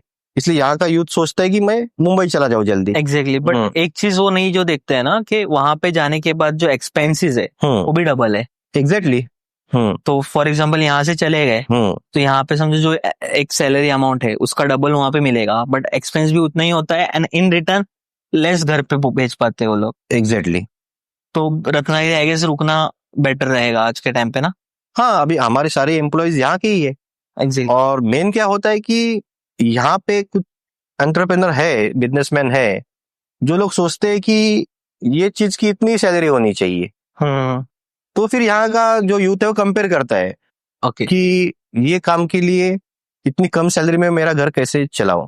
मेरे हिसाब से एक बेसिक किसी इंसान को घर चलाना चाहिए तो एटलीस्ट बेसिक सैलरी 15,000 तो होनी चाहिए। पर कुछ बिजनेसमैन है जिनको ऐसे लगता है कि कम पैसे में मैं काम करा के ले लूं, और फिर यूथ वहां निगेटिव हो जाती है। फिर वो सोचते बड़े शहरों में जाने का। तो ये यूथ का ही नहीं, यहाँ के जो एम्प्लॉयर है उनका भी काम है कि यूथ पे या जॉब पे फोकस करे थोड़ा सा। ओके, अब बुक्स वगैरह बहुत पढ़ते रहते हो, ये पहला शौक कहाँ से आया कि बुक्स रीड करने हैं या बुक्स पे ध्यान देना है? राइट। कि बहुत लोगों को बुक्स देख के नींद आती है कि बुक्स तो नहीं पढ़ना है। बराबर। तो आपने कहाँ से एक्सप्लोर किया बुक रीड करना है? पहली बुक कौन सी थी? कॉलेज टाइम में लाइब्रेरी हुआ करती थी। तो खाली टाइम में वहां जाके बैठा करते थे। तो वहां से थोड़ा बुक्स पढ़ने को थोड़ा मैंने चालू किया था, और बाद में मुझे वो मेरी हैबिट ही बन गई थी। तो बुक्स से क्या हो जाता है कि एक समय के बाद अपन कॉलेज अपना खत्म हो जाता है और फिर अपन काम पे लग जाते हैं। कुछ नया सीखना हो तो अपने पास वक्त नहीं मिलता है। पर बुक से ऐसी चीज है कि आप खाली टाइम में कहीं पे भी आप ट्रैवल कर रहे हो या आपके पास थोड़ा समय है, तो आप बैठ के कुछ चीज सीखनी हो तो आप जितना बुक्स पढ़ोगे, जो भी बुक्स हो आपको, जिसमें आपको रुचि हो, बुक्स आप पढ़नी चाहिए। राइट। आप लाइब्रेरी तक पहुंचे। आज के स्टूडेंट्स लाइब्रेरी देखते भी नहीं है कॉलेज की। हाँ, पर लाइब्रेरी, अगर मुझे लगता है कि लाइब्रेरी बहुत इंपॉर्टेंट चीज है यूथ के लिए। राइट। पर नहीं, आजकल तो क्या सबके हाथ में मोबाइल आ गए, तो बुक्स पढ़ना कोई नहीं प्रेफर करता है। पर मैं बिलीव करता हूँ आज भी बुक्स पढ़नी चाहिए। आज भी आप बुक्स रीड करते हो? राइट। ऐसी कोई बुक जिसने आपकी लाइफ चेंज किया हो, जिसने आपका थोड़ा पर्सपेक्टिव चेंज किया हो कि नहीं लाइफ ऐसे जीनी चाहिए? वैसे तो बहुत सारी बुक्स है, पर एक बुक्स मुझे याद आ रही है, नेपोलियन हिल की, think and grow rich. Think and grow rich, जो मैंने कॉलेज टाइम में पढ़ी थी। तो वो बुक्स का मेरे लाइफ में बहुत असर हुआ। और उसमें एक पर्टिकुलर पार्ट है हेनरी फोर्ड का, फोर्ड कंपनी के ओनर। और उस वक्त टीम वर्क का इंपॉर्टेंस क्या रहता है, वो बुक से मुझे अच्छे सीखने को मिला। और दूसरी एक बुक्स है, मराठी बुक्स है वो, हावरे करके उसके ये है, उनके ऊपर ये बुक्स, उन्होंने ये बुक लिखी हुई है। जो बिल्डर भी है हावरे प्रोजेक्ट्स वगैरह उनके नई मुंबई में बहुत चलते हैं, तो वो एक बुक्स थी, उसका नाम था व्यवसाय तुमचा पैसा दुसऱ्याचा. ओके. हाँ, तो वो बुक्स मुझे बहुत अच्छी लगी और मैं वो सजेस्ट भी करूंगा यूथ को जो बिजनेस में आना चाहते हैं, उन्होंने बुक्स एक बार तो पढ़नी चाहिए मैं उसमें, definitely क्योंकि बहुत सारे लोगों को ऐसे लगता है कि बिजनेस करने के लिए पैसे हो तो ही बिजनेस कर सकते हैं. तो वो बुक्स में अच्छी तरह सिखा है कि पैसे कैसे खड़े कर सकते हैं अपन, हमारे पास पैसे ना हो तो भी. ओके. हमारे पास बस बिजनेस आइडिया होनी चाहिए, पैसे देने के लिए लोग बैठे हुए. जी, आपके लिए सक्सेस क्या है? सक्सेस क्या है आपके लिए? सक्सेस मतलब सक्सेस की डेफिनेशन आप बोल रहे हो? हाँ. सक्सेस मेरे हिसाब से सक्सेस इज नॉट अचीवमेंट. बहुत सारे लोगों को ऐसे लगता है कि सक्सेस इज अचीवमेंट, पर मेरे नजर में सक्सेस इज अ प्रोसेस. आप हैप्पी हो तो आप सक्सेसफुल हो, ये मेरी नजर में सक्सेस का डेफिनेशन है. अगर आप, आपकी फैमिली और आपका बिजनेस अच्छे से चल रहा है, आप सब खुश हो, तो सक्सेस की परिभाषा इससे दूसरी कोई नहीं है. आपने अच्छा पैसा कमाया तो ही सक्सेस है, ऐसा कुछ नहीं होता है. ओके. ओके, आपका सबसे बड़ा ड्रीम क्या है कि ये अचीव करना है मुझे, ये तो करना ही करना है? ऐसे तो कोई बड़ा ड्रीम नहीं है मेरा, कि कोई से छोटे छोटे ड्रीम्स थे वो सारे पूरे हो गए. ओके. बस यही है कि हमारा जो काम है वो हम और भी कैसा बड़ा कर सके और ज्यादा लोगों तक कैसे पहुंच सके. और जो प्रोजेक्ट्स अभी हम कर रहे हैं, अभी हम रेसिडेंशियल प्रोजेक्ट कर रहे हैं, कमर्शियल कर रहे हैं, ओके. तो हम सोच रहे थोड़ा अभी हम bungalow projects, plotting project, okay. या आजकल नया ट्रेंड आया है कि फार्म हाउस प्रोजेक्ट. हाँ. मतलब अभी लोग छोटा प्लॉट लेना पसंद नहीं करते, उनको ऐसे लगता है कि बड़ा प्लॉट ले, उधर अपने कुछ पेड़ पौधे लगाए. राइट. तो ऐसा कुछ सोच रहे हैं कि वैसे कुछ अलग अलग प्रोजेक्ट करे. राइट. आज आपके हिसाब से right time to buy a house एक यूथ के लिए, एक इंसान के लिए क्या होता है? क्योंकि आप रियल एस्टेट ओनर हो तो आपको इसमें ज्यादा पता रहेगा. फॉर एग्जाम्पल मैं हूँ, तो मुझे अपना घर कब लेना चाहिए, या Okay. एक इन्वेस्टमेंट के हिसाब से प्लॉट, या कब इन्वेस्ट कब करना चाहिए? खुद का घर तो जितना हो सके अर्ली एज, लाइक 30 to 35 के बीच ओके. अगर आप खुद का घर लेते हो तो बहुत अच्छी बात. 20s में लेने की कुछ जरूरत है? 20s में वो पैसे मुझे ऐसे लगता है कि आप वो एजुकेशन पे खर्च करो, ओके. कुछ नया सीखने में खर्च करो. ओके. और मैंने वैसे पहले बताया वैसे कि अगर आपको इन्वेस्ट करना है तो आप ऐसी जगह इन्वेस्ट करो जो सिटी आज अंडर डेवलप है और आने वाले समय में डेवलप होने वाली है, तो वहां आपको रिटर्न्स अच्छे आएंगे. ओके. अब जो आज का जो कल्चर है लाइफस्टाइल के लिए, ईएमआई कल्चर है, कार्स ले लिए ईएमआई पे, आईफोन ले लिया ईएमआई पे, या जो शो ऑफ कल्चर है, हाँ, तो ये किस हद तक सही है और कैसे देखते हैं आप इसको? कि शो ऑफ करना, आज बहुत लोगों को लगता है कि शो ऑफ के लिए आईफोन ले लिया. नहीं, मुझे ऐसे नहीं लगता कि अगर बिजनेस के लिए सारी चीजों की जरूरत है. हाँ, कुछ हद तक जरूरत है, पर आजकल की जो यूथ है, जो लाइक सैलरी अगर 25,000 है पर फोन यूज कर रहे 1 लाख एंड अबाव, या कोई महंगी बाइक यूज कर रहे, तो वो गलत है मेरे हिसाब से. ओके. आपको पहले अपना एक अच्छा मुकाम हासिल करना चाहिए, फिर आपको जो मोबाइल पसंद हो, जो गाड़ी पसंद हो. और मेरे हिसाब से तो देखो कैसे है कि पैसे कितने कमाओ इस पे तो कोई लिमिटेशन है ही नहीं, पर एटलीस्ट इतने पैसे कमाने चाहिए आदमी को कि जिस रेस्टोरेंट में खाना खाना चाहे खा सके, जिस टैक्सी में बैठना चाहे बैठ सके, जिस अस्पताल में इलाज कराना चाहता है वो कर सके. इतना पैसा तो आदमी को कमाना चाहिए. एग्जैक्टली. अच्छा, अब हम बीच में कब थोड़ा टाइम पहले बैठे थे तो आपने एक चीज मुझे बोली थी कि आपने पहले ही सोच लिया था कि रोटी, कपड़ा और मकान, इन तीनों में से ही मैंने किसी में एक में बिजनेस करना है. हाँ, ये माइंडसेट कहाँ से आया था आपको? वो उस वक्त की सोच थी हमारी, कि उस वक्त क्या था, ये इतना डिजिटल मार्केटिंग या मोबाइल, लैपटॉप, कंप्यूटर का जमाना था नहीं. राइट. तो मूवीज वगैरह देखते थे, तो उस वक्त एक मूवीज आई थी रोटी कपड़ा मकान. ओके. और फिर रोटी का तो हमारे लाइफ में इम्पोर्टेंस है ही, कपड़े तो लगते ही है, और मकान रहने के लिए जरूरी है. तो हम ऐसा सोचते थे जो बेसिक नीड है उसका अगर हम बिजनेस करेंगे तो वो सफल होगा ही होगा. फिर अगर आप देखने गए तो आपने रोटी वाला होटल मैनेजमेंट कर लिया, मकान वाला ये हो गया, तो प्लानिंग है कुछ कपड़े वगैरह बेचने? नहीं, कपड़े की कोई प्लानिंग नहीं है, बस हाँ कपड़े अच्छे अच्छे पहनने हैं. कपड़े का कोई प्लानिंग नहीं है। चलेगा। अच्छा, आपने अब मल्टीपल बिजनेसेस कर रहे हो, राइट? तो सेकंड बिजनेस किसी ओनर ने कब डालना चाहिए? या फॉर एग्जांपल अभी हम लोग है, तो अब 3-4 साल हो गए हमको, तो अब आपको लगता है हमारे लिए सही टाइम है सेकंड बिजनेस में इन्वेस्ट करना?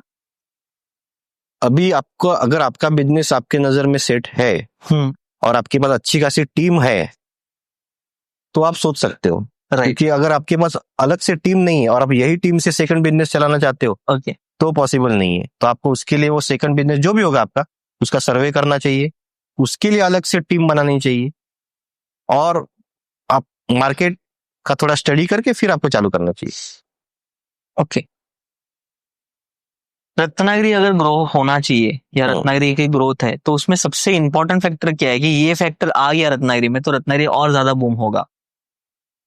मेन तो कनेक्टिविटी रहती है कोई भी शहर के लिए। ओके। तो अगर अभी मैंने सुना है कि रत्नागिरी में एयरपोर्ट भी चालू होने वाला है, ये 6 मंथ। और रास्ते भी अच्छे खासे अभी हो रहे, पूरे नहीं हुए पर हो रहे, और इन फ्यूचर शायद रोरो सर्विस भी चालू होने वाली है। हाँ, तो वो सारी फ्रीक्वेंसी अगर होएगी तो मुझे नहीं लगता आने वाले 5-6 साल में रत्नागिरी काफी आगे चला जाएगा। ओके, आपके हिसाब से सर रत्नागिरी में ऐसा कौन सा बिजनेस लाना चाहिए जो लॉन्ग टर्म में चलेगा? या कोई यूथ बिजनेस स्टार्ट करना चाह रही है तो उसके लिए ऐसा कौन सा फील्ड है बिजनेस का कि उसमें फोकस करे तो अच्छा ग्रोथ आएगा? बहुत सारे ऑटोमोबाइल में मुझे लगता है ऑटोमोबाइल में काफी चीजें आनी चाहिए रत्नागिरी में। हाँ। ऑटोमोबाइल में जो ऑप्शंस बड़े शहरों में देखने को मिलते हैं वो यहाँ नहीं मिलते। फूड इंडस्ट्री में क्या हो रहा है कि वेस्टर्न कल्चर के आउटलेट्स ज्यादा खुल रहे हैं रत्नागिरी में। मुझे ऐसे लगता है कि हमारा जो मेन कोकन फूड है वो गायब होते जा रहा है, और आजकल लोग चाइनीज और मैक्सिकन इसकी तरफ ज्यादा जा रहे हैं। तो जो टूरिस्ट आते हैं हमारे यहाँ, तो मुझे ऐसे लगता है उनको हमारा यहाँ की जो स्पेशलिटी है फिश या नॉनवेज में जो है, या हमारे यहाँ के जो मसाले है, या हमारे यहाँ की जो बनाने की जो एक ट्रेडिशन है वो हमेशा रहना चाहिए। भाकरी एंड ऑल दैट। हाँ, तो यहाँ के यूथ को उसके लिए तो आपको ज्यादा पैसे भी नहीं लगते।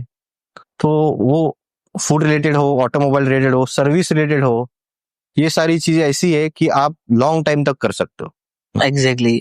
बेसिक तो अपना कल्चर ये हो गया है कि आपने शुरू किया तो मुझे भी करना है। हाँ, तो यही वो है। नहीं करते हुए आपके पास बहुत सारे न्यू ऑप्शंस अवेलेबल है। यस, और क्वालिटी में कोई कॉम्प्रोमाइज नहीं करने का, कुछ भी हो जाए लोगों को अच्छा ही सर्विस देने का और अच्छा ही प्रोडक्ट देने का। एग्जैक्टली। अच्छा, अभी जो मेन क्वेश्चन है, यूथ एंड एजुकेशन सिस्टम का क्या रोल हो रहेगा ग्रोथ में? तो क्या मानते हैं आप यूथ का? तो हमारा रत्नागिरी की बात नहीं करो, हिंदुस्तान में बड़ा रोल है, क्योंकि मैंने ऐसे सुना है कि सबसे ज्यादा यूथ हमारे इंडिया में है। एग्जैक्टली। तो ज्यादा से ज्यादा लोगों को, यूथ को बिजनेस में आना चाहिए। बहुत सारे यूथ ऐसे देखते कि सिक्योर लाइफ जीना पसंद करते, रिस्क लेना नहीं चाहते। एक फिक्स सैलरी हो और मैं गाड़ी ले लेता हूँ ईएमआई पे एक घर लेता हूँ ईएमआई पे, और सारी जिंदगी वो ईएमआई को भरते रहते। पर बिजनेस में जो ताकत है वो ताकत जॉब में नहीं आ सकती। तो यूथ को बिजनेस में भी आना चाहिए, रिस्क लेनी चाहिए, एजुकेशन पे फोकस होना चाहिए, रीडिंग हैबिट डालनी चाहिए, और फोन का इस्तेमाल जितना जरूरत हो उतना ही करना चाहिए, ऐसा मुझे लगता है। आजकल फोन का इस्तेमाल ज्यादा हो रहा है और प्लस मिसयूज बहुत ज्यादा हो रहा है। यस। और ड्रग्स बहुत ज्यादा हो रहा है अपने यूथ का, स्पेशली। हाँ, ये एक आपने अच्छा मुद्दा लाया, क्योंकि आज का जो यूथ है, पता नहीं इन लोगों को ये चीजें मिलती कहाँ से है। वो लोग कुछ नए सीखने की बजाय ये जो अपने भी बातें की गांजा या फिर ड्रग्स, उसकी तरफ जो बढ़ रहा है, तो उसके लिए कुछ होना चाहिए। इसे मुझे लगता है कि ये सारी चीजें नहीं आनी चाहिए, और इसमें पेरेंट्स की भी जिम्मेदारी बनती है कि अपने बच्चे जब घर से निकलते तो कहाँ जाते हैं, किसके साथ घूमते हैं, एग्जैक्टली, और कॉलेज में जाते हैं या नहीं जाते हैं, इसके ऊपर थोड़ा ध्यान देना चाहिए, ताकि सारी चीजों पे हमारे यंगस्टर उसमें ना आए। एग्जैक्टली। और ड्रग्स करने से अच्छा है तो जिंदगी का नशा लो। हाँ, जिंदगी में घूमो, जिंदगी बहुत अच्छी है। काम करो कि इन सब के लिए वक्त ही ना काम करो, पैसे बनाओ, दुनिया घूमो, अपने माता पिता को भी दुनिया घुमाओ। एग्जैक्टली। ओके सर, बहुत बहुत मजा आया बहुत अच्छा गया पॉडकास्ट, आपसे बहुत you, सीखने मिला है। Thank you. बेसिकली सर मेरे आप मेंटोर रह चुके हो हमेशा के लिए, एंड मेंटोर का एक बहुत बड़ा रोल रहता है आपकी ग्रोथ के ऊपर, तो सर का एक अच्छा रोल था। तो आप क्या मैसेज देना चाहोगे यूथ के लिए? हाँ, कि ये चीजें यूथ के लिए एक मैसेज, रत्नागिरी, महाराष्ट्र या पूरे इंडिया के लिए एक मैसेज क्या देना चाहोगे आप? महाराष्ट्र के लिए तो यही मैसेज है कि ज्यादा से ज्यादा लोगों को बिजनेस में आना चाहिए, और आपका जो एक माइंड सेट है कि बिजनेस करने के लिए पैसे लगते हैं, तो पैसे नहीं है इसलिए हम बिजनेस नहीं कर पाते, ऐसी कोई बात नहीं है। अगर आपका प्रोडक्ट अच्छा हो, आपका प्लान अच्छा हो, और आपका खुद का उस पर भरोसा हो उसके ऊपर, तो पैसे लोग देते हैं, बैंक देती है, गवर्नमेंट की अच्छी अच्छी स्कीम है, तो आप पैसे तो खड़े कर सकते हो। बस यही है कि अपने प्रोडक्ट पे भरोसा और खुद पे भरोसा ये रखना चाहिए। और रत्नागिरी के यूथ को तो मैं यही सजेशन दूंगा कि हो सके तो जितना हो सके अपने रत्नागिरी में अपना खुद का कुछ स्टार्टअप चालू करो, कुछ नई नई चीजें चालू करो, बहुत कुछ यहाँ आना बाकी है। तो अभी आप ही देखो, आपने भी एक स्टार्टअप चालू किया था और अच्छा खासा आप काम कर रहे हो। Thank you so much. तो रत्नागिरी मुझे ऐसे लगता है कि बहुत पोटेंशियल है। मुझे खुद का एक्सपीरियंस है, जबकि मेरा यहाँ कोई बैकग्राउंड भी नहीं था, कोई मेरा रिश्तेदार नहीं था, दोस्त नहीं था, तो मैं आया भी कैसे, like Thane to Ratnagiri via London. ये टॉपिक यही रहने वाला है इसका टाइटल। और तब आया, तब तो मैं बैचलर था, बाद में शादी के बाद वाइफ भी मेरे साथ रहती है, और पूरी फैमिली के साथ मैं यही रहता हूँ, और मुझे बहुत अच्छा लगता है यहाँ पे। राइट। तो यही मैसेज है कि यहाँ के यूथ को नए नए स्टार्टअप चालू करने चाहिए, और फेलियर्स तो आएंगे, मुश्किलें तो आएंगी, तो वो एक टाइम बिंग के लिए रहती है, उसका सॉल्यूशन निकलने का और आगे बढ़ने का। एग्जैक्टली। तो किसी भी चीज से डरना नहीं है, सिर्फ हिम्मत रख के अपना बिजनेस स्टार्ट करो, आपका स्टार्टअप स्टार्ट करो एंड आगे बढ़ते रहो। सिर्फ कोई गलत आदत में, गलत हैबिट में नहीं पड़ना है, ड्रग्स है या कोई एडिक्शन है गलत चीजों के, कोई नशा है, तो उससे अच्छा सक्सेस का नशा है, उसमें आओ। और हम आपके लिए रेगुलर ऐसे कुछ ना कुछ अच्छे इंसाइटफुल पॉडकास्ट, इंसाइटफुल वीडियोस लेके आएंगे जिससे आपकी ग्रोथ हो। Thank you so much sir, आपने हमें, हमारी ऑडियंस को, सबको टाइम दिया, आपने बहुत ज्यादा इंसाइट्स शेयर किए। Thank you so much. Thank you. Okay.